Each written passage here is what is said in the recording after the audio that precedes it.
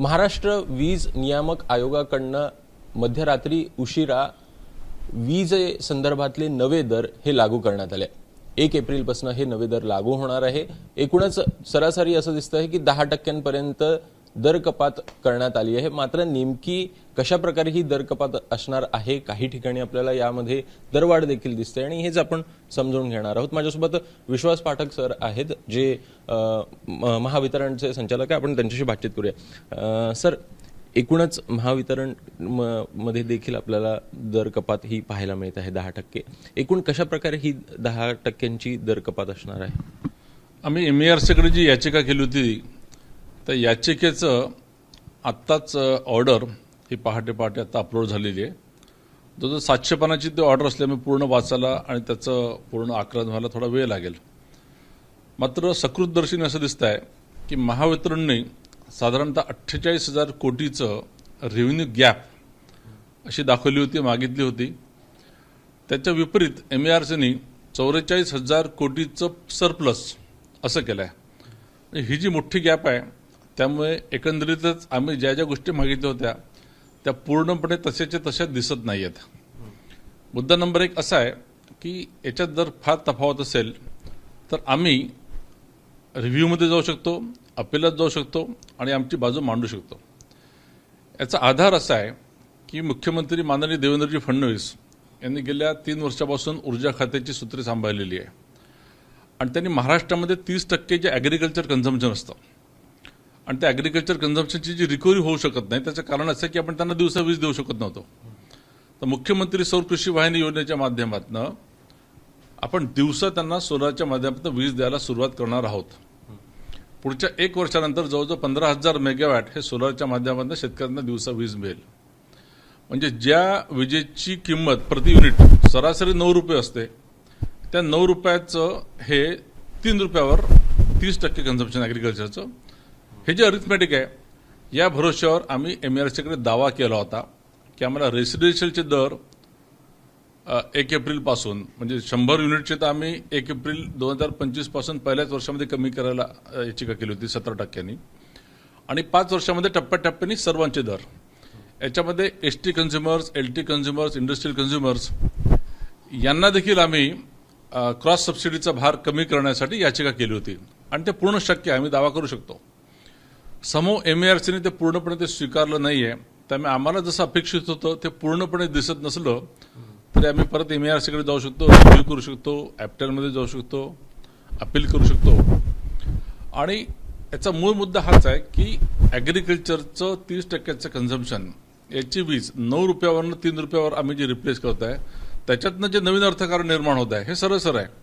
त्याचा लाभ आम्ही शेतकऱ्यांना, रेसिडेन्शियल कन्झ्युमरला, इंडस्ट्रीला क्रॉस सबसिडी कमी करून देण्याचा आमचा प्रयत्न आहे। पण नेमकं असं समजायचं की ज्यांचा वापर हा अधिक आहे त्यांना कुठंतरी दिलासा देण्याचा प्रयत्न या सगळ्या MERCच्या निर्णयातनं होतोय आणि जे वापरकर्ते कमी आहेत 0 ते 100 युनिटपर्यंत म्हणजे सर्वसामान्यांच्या दृष्टीनं पाहायचं तर त्यांना कुठेतरी फटका बसेल।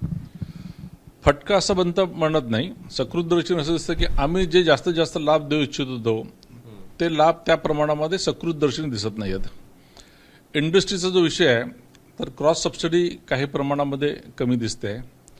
त्याच्यानंतर आपण म्हणजे म्हणतात की इन्सेंटिव्हाइज करतोय, जास्तीत जास्त जो कन्झ्युम करेल त्याला रिबेट्स मिळतील, इन्सेंटिव्हाइज मिळतील, त्याला देखील त्याचा लाभ होईल। तर हे स्पर्धात्मक वातावरण निर्माण करण्यासाठी हा सगळा भाग आहे। याच्यामध्ये उल्लेखनीय बाब अशी आहे की आपण data centre, semiconductor industry, hotel, guest house, rest house यांना इंडस्ट्रीचा दर्जा दिलेला आहे। त्यामुळे टुरिझममध्ये याला मोठ्या प्रमाणामध्ये लाभ होणार आहे आणि ती एक स्वागतार्हाची बाब आहे। EV व्हेकलला देखील आपण एक स्ट्रेट टॅरिफ लावतोय, EV व्हेकलला देखील मोठा फायदा होणार आहे। यामध्ये पाहायचं तर सर्वसामान्यांना जी लोक आहेत, कॉमन आपण पीपल जे म्हणतो, तर त्यांना साधारणपणे किती हा दर लागणार आहे, किती महावितरणनं त्या संदर्भातलं एकूण दरवाढ जी आहे MERCने दिली? बघा, ही जी याचिका आहे या याचिकेप्रमाणे मागील 2 वर्षाचं ट्रू अप आणि पुढील 5 वर्ष मल्टी इयर टॅरिफ असं हे एकत्रित केलेलं हे डॉक्युमेंट आहे।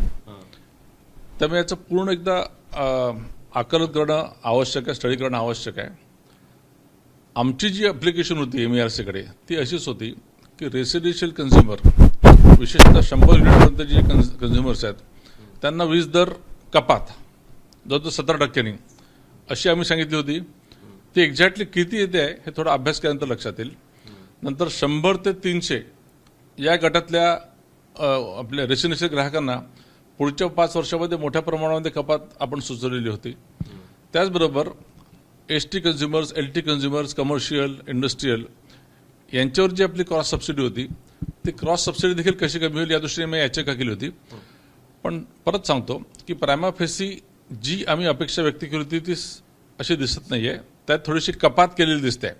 म्हणजे आमचा जो आम्ही अप्रोच घेतलाय तो MERC ने मान्य केलाय की ही वीज कपात होऊ शकते. कारण 2028 पर्यंत आम्ही ॲग्रिकल्चर कन्झम्पशनशी रिलेटेड एक कंपनी सेपरेट करतोय. त्यामुळे महावितरण कंपनी ही एक दर्जेदार आणि मजबूत कंपनी होईल. ॲग्रिकल्चरचा आम्ही विषय सोडवलेला आहे. त्यांना दिवसा सोलरच्या माध्यमातून वीज मिळणार आहे. जी आता आपण 9 रुपयांनी त्यांना सप्लाय करायचो ती आता 3 रुपयांनीच करणार आहे. त्यामुळे या अर्थगणिताला कुठेतरी MERC ने मान्यता दिलेली आहे. मात्र आम्ही ज्याप्रमाणे अपेक्षित हे केलेली आहे ती ती प्रायमा फेसी दिसत नाही ती. धन्यवाद बातचीत केल्याबद्दल. एकूणच सरांकडनं स्पष्ट करण्यात आलं आहे की नेमकी MERC ने जी सध्याला दर कपात त्यांच्याकडनं देण्यात आलेली आहे ती कुठंतरी कमी पाहायला मिळते आहे. एकूणच साधारणपणे 17% ही दर कपात अपेक्षित होती, मात्र 10% ही सध्याला दर कपात आपल्याला पाहायला मिळते. आणि त्यामुळे एकूणच सर्वसामान्यांना जो मोठा दिलासा अपेक्षित आपण म्हणत होतो तसा सध्याला या निर्णयामधनं दिसत नाही. कॅमेरामॅन हेमंत कदमसह अभिषेक मुठाळ, ABP माझा, मुंबई. ABP माझा, उघडा डोळे बघा नीट.